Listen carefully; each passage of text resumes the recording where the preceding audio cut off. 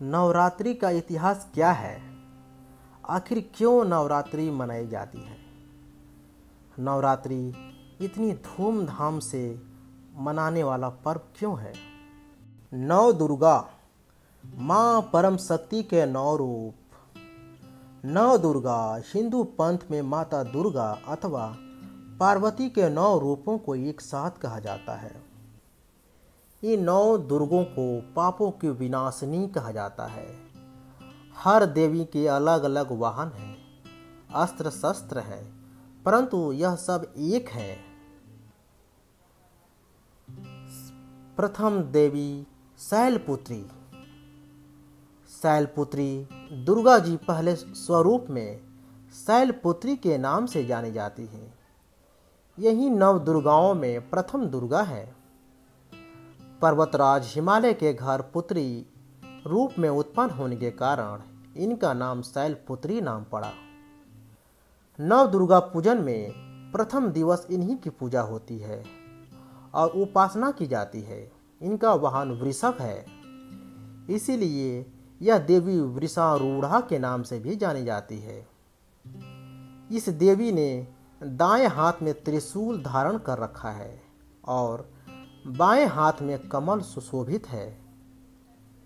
यही सती के नाम से भी जानी जाती है। कहानी, एक बार जब सती के पिता प्रजापति दक्ष ने यज्ञ किया तो इसमें सारे देवताओं को निमंत्रित किया, पर भगवान शंकर को नहीं। सती अपने पिता के यज्ञ में जाने के लिए विकल हो उठी। शंकर जी ने कहा कि सारे देवताओं को निमंत्रित किया गया है, उन्हें नहीं, ऐसे में वहां जाना उचित नहीं है। परंतु सती संतुष्ट नहीं हुई।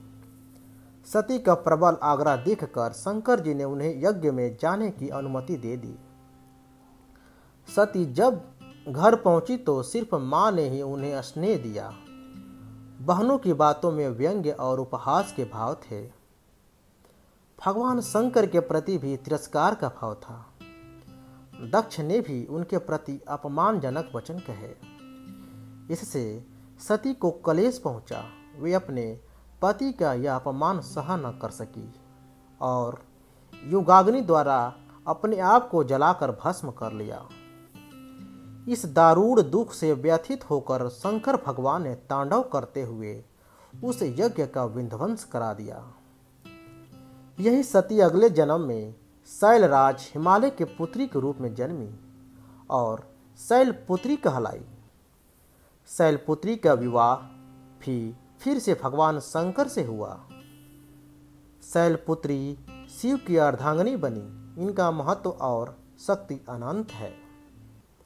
अन्य नाम सती, पार्वती, वृषारूढ़ा, हेमवती और भवानी भी है। इन्हें देवी के अन्य नाम हैं।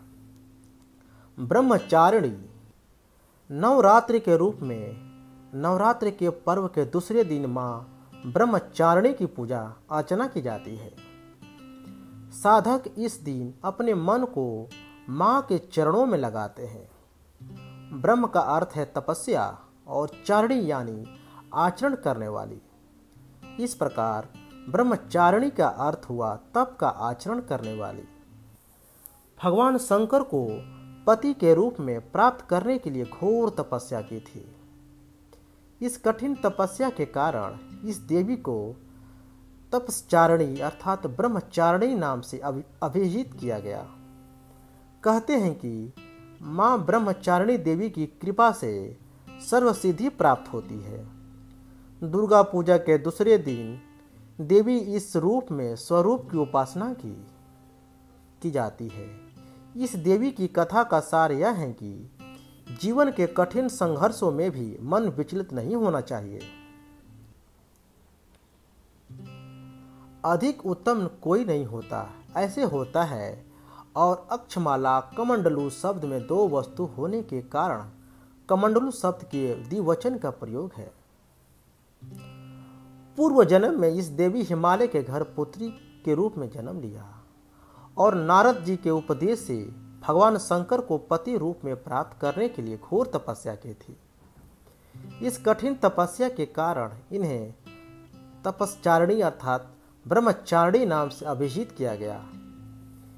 1000 वर्ष तक इन्होंने केवल फल फूल खाकर बिताए और 100 वर्षों तक केवल जमीन पर रहकर शाक पर निर्वाह किया। कुछ दिनों तक कठिन उपवास करने लगे और खुले आकाश के नीचे वर्षा और धूप के घोर कष्ट सहे। 3000 वर्षों तक टूटे हुए बिल्व पत्र खाए और भगवान शंकर की आराधना करते रहे। इसके बाद तो उन्होंने भूख सूखे बिल्व पत्र खाना भी छोड़ दिया। कई हजार वर्षों तक निर्जल और निराहार रहकर तपस्या करती रही। पत्तों को खाना छोड़ देने के कारण इनका नाम अर्पणा नाम पड़ गया। कठिन तपस्या के कारण देवी का शरीर एकदम क्षीण हो गया। देवता, ऋषि, सिद्धगण, मुनि सभी ने ब्रह्मचारिणी की तपस्या को अभूतपूर्व पुण्य कृत्य बताया, सराहना की और कहा, हे देवी, आज तक किसी ने इस तरह की कठोर तपस्या नहीं की।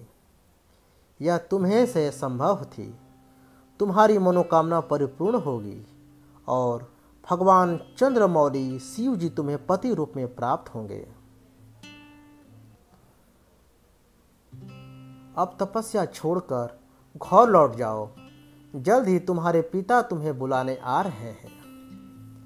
तीसरा स्वरूप माँ दुर्गा की चंद्र घंटा। माँ दुर्गा जी की तीसरी शक्ति का नाम चंद्र घंटा है। नवरात्रि उपासना में तीसरे दिन की पूजा का अत्यधिक महत्व है और इस दिन इन्हीं के विग्रह का पूजन आराधना किया जाता है। इस दिन साधक का मन मणिपुर चक्र में प्रविष्ट हो जाता है। इस देवी की कृपा से साधक को अलौकिक वस्तुओं के दर्शन होते हैं, दिव्य सुगंधियों का अनुभव होता है और कई तरह की ध्वनियां सुनाई देने लगती है। देवी का यह स्वरूप परम शांतिदायक और कल्याणकारी माना गया है। इसीलिए कहा जाता है कि हमें निरंतर उनके पवित्र विग्रह को ध्यान में रखकर साधना करना चाहिए। उनका ध्यान हमारे यह लोक और परलोक दोनों के लिए कल्याणकारी और सद्गति देने वाला है। इस देवी के मस्तक पर घंटे के आकार का आधा चंद्र है, इसीलिए इस देवी को चंद्र घंटा कहा गया है। इनके शरीर का रंग सोने के समान बहुत चमकीला है। इस देवी के 10 हाथ है, वे खड़ग और अन्य अस्त्र शस्त्र से विभूषित हैं। सिंह पर सवार इस देवी की मुद्रा युद्ध के लिए उद्धत रहने की है। इसके घंटी सी भयानक ध्वनि से अत्याचारी दानव, दैत्य और राक्षस कांपते रहते हैं। नवरात्रि में तीसरे दिन इसी देवी की पूजा का महत्व है। इस देवी की कृपा से साधक की अलौकिक वस्तुओं के दर्शन होते हैं, दिव्य सुगंधियों का अनुभव होता है और कई तरह की ध्वनियां सुनाई देने लगती है। इन क्षणों में साधक को बहुत सावधान रहना चाहिए। इस देवी की आराधना से साधक में वीरता और निर्भयता के साथ साथ सौम्यता और विनम्रता का विकास होता है। इसीलिए हमें चाहिए कि मन, वचन और कर्म के साथ ही काया को विहित विधि विधान के अनुसार परिशुद्ध पवित्र करके चंद्र घंटा के शरणागत होकर उनकी उपासना आराधना करना चाहिए। इससे सारे कष्टों से मुक्त होकर सहज ही परम पद के अधिकारी बन सकते हैं। यही देवी कल्याणकारी हैं। चौथा है कुष्मांडा।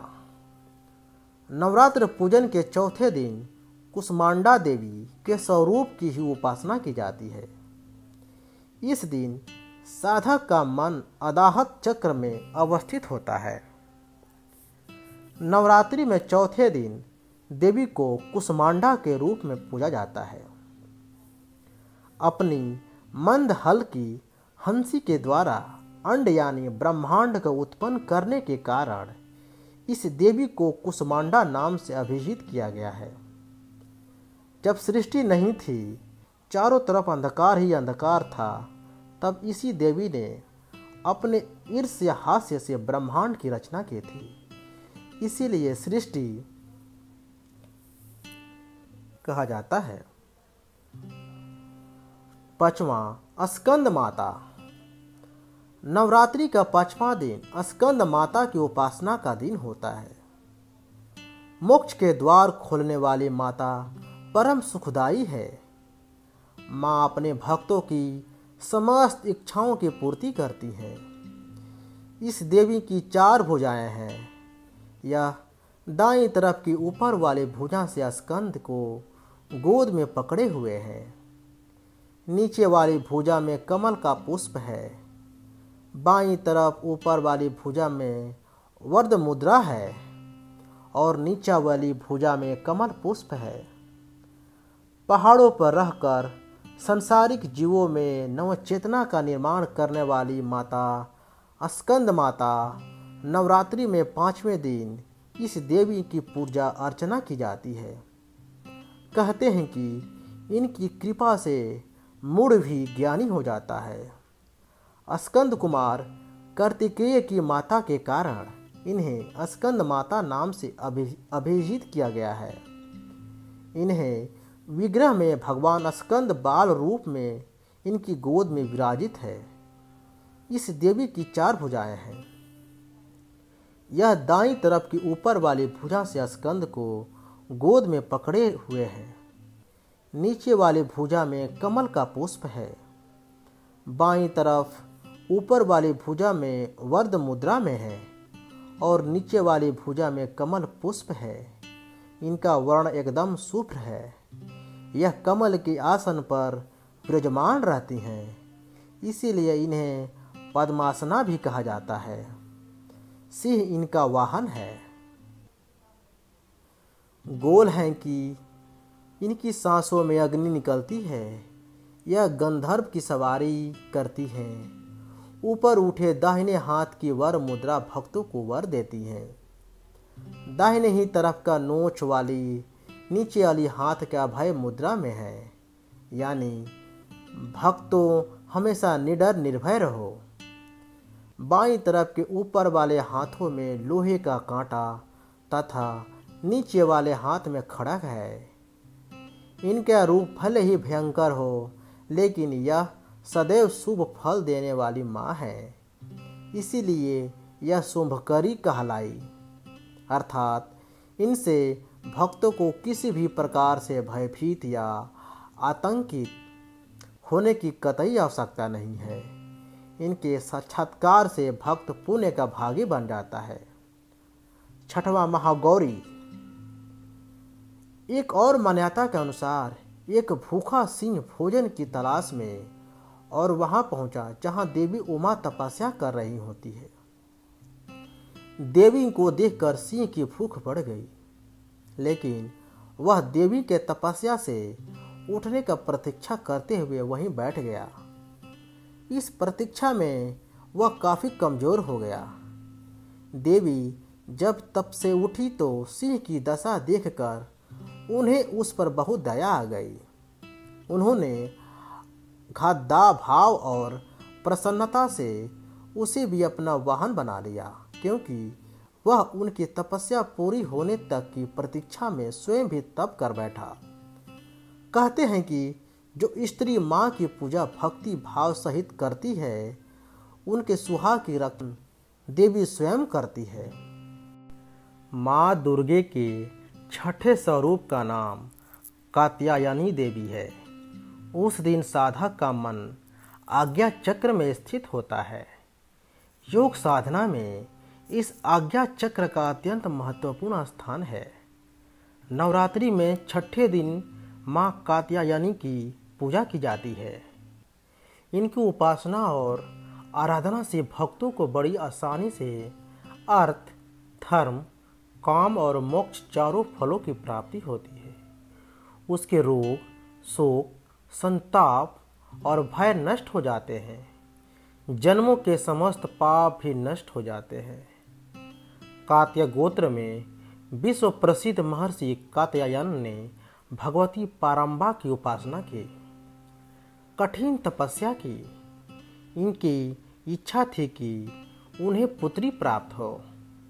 माँ भगवती ने उनके घर पुत्री के रूप में जन्म लिया, इसीलिए यह देवी कात्यायनी कहलाई।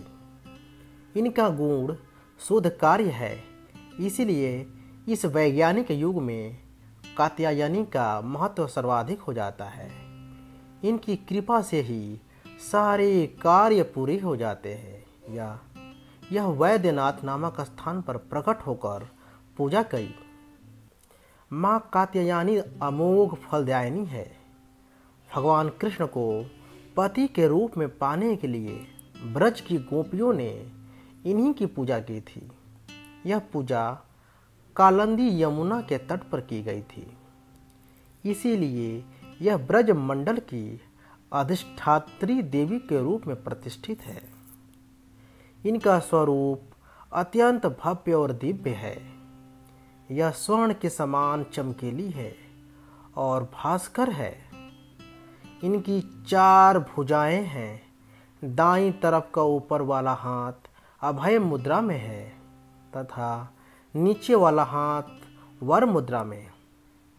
माँ के बाईं तरफ के ऊपर वाले हाथ में तलवार है और नीचे वाले हाथ में कमल का फूल सुशोभित है। इनका वाहन सिंह है। इनकी उपासना और आराधना से भक्तों को बड़ी आसानी से अर्थ, धर्म, काम और मोक्ष चारों फलों की प्राप्ति होती है। उसके रोग, शोक, संताप और भय नष्ट हो जाते हैं। जन्मों की देवी उपासना करने से परम पद की प्राप्ति होती है। 7वीं माता कलरात्रि। माँ दुर्गा जी की 7वीं शक्ति कलरात्रि के नाम से जानी जाती है।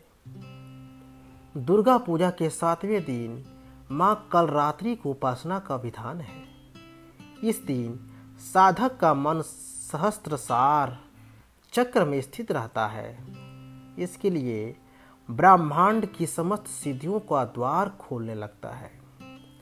कहा जाता है कि कलरात्रि की उपासना करने से ब्रह्मांड की सारी सिद्धियों के दरवाजे खोलने लगते हैं और तमाम असुरी शक्तियां उनके नाम के उच्चारण से ही भयभीत होकर दूर भागने लगती है। नाम से अभिव्यक्त होता है कि माँ दुर्गा की यह 7वीं शक्ति कलरात्रि के नाम से जानी जाती है, अर्थात जिनके शरीर का रंग घने अंधकार की तरह एकदम काला है।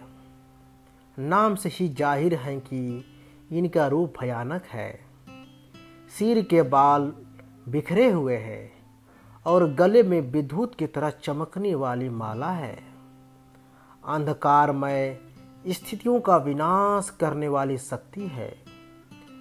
कलरात्रि काल से भी रक्षा करने वाली यह शक्ति है। 8वीं माँ दुर्गा जी। माँ दुर्गा जी की 8वीं शक्ति का नाम महागौरी है। दुर्गा पूजा के 8वें दिन महागौरी की उपासना का विधान है। नवरात्रि में 8वें दिन महागौरी शक्ति की पूजा की जाती है। नाम से प्रकट है कि इनका रूप पूर्णतः गौर वर्ण है। इनकी उपमा शंख, चंद्र और कुंद के फूल से दी गई है।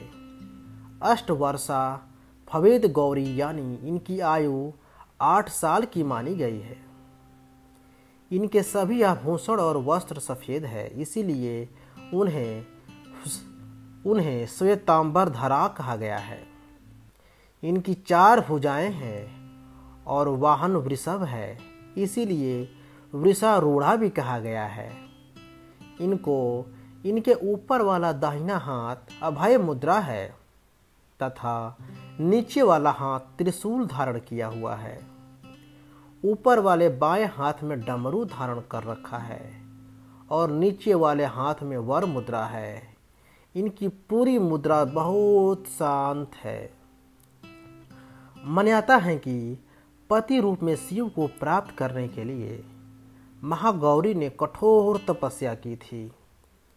इसी कारण से इनका शरीर काला पड़ गया, लेकिन तपस्या से प्रसन्न होकर भगवान शिव ने इनके शरीर को गंगा के पवित्र जल से धोकर कांतिमय बना दिया। उनका रूप गौर वर्ण का हो गया, इसीलिए यह महागौरी कहलाई।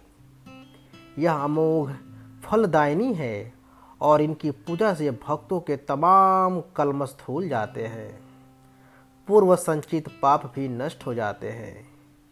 महागौरी का पूजन, अर्चन, उपासना, आराधना कल्याणकारी है। इनकी कृपा से अलौकिक सिद्धियां भी प्राप्त होती है। दुर्गा ने महिषासुर को अपने सिंह, यहाँ एक सफ़ेद सिंह के साथ वध किया। लक्ष्मी और गणेश बाईं ओर है, जबकि सरस्वती कार्तिकेय दाईं ओर है। सिद्धिदात्री माँ दुर्गा की 9वीं शक्ति का नाम सिद्धिदात्री है। ये सभी प्रकार के सिद्धियों के नाम का सिद्धिदात्री है। ये सभी प्रकार के सिद्धियों का देने वाली है।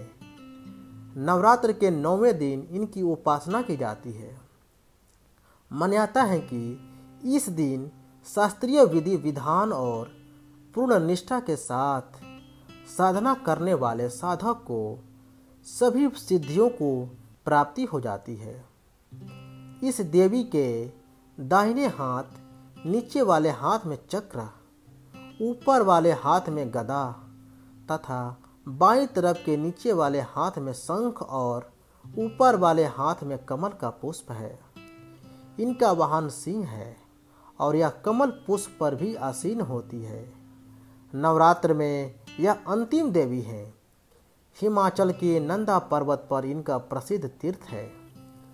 माना जाता है कि इनकी पूजा करने से बाकी देवियों की उपासना भी स्वयं हो जाती है।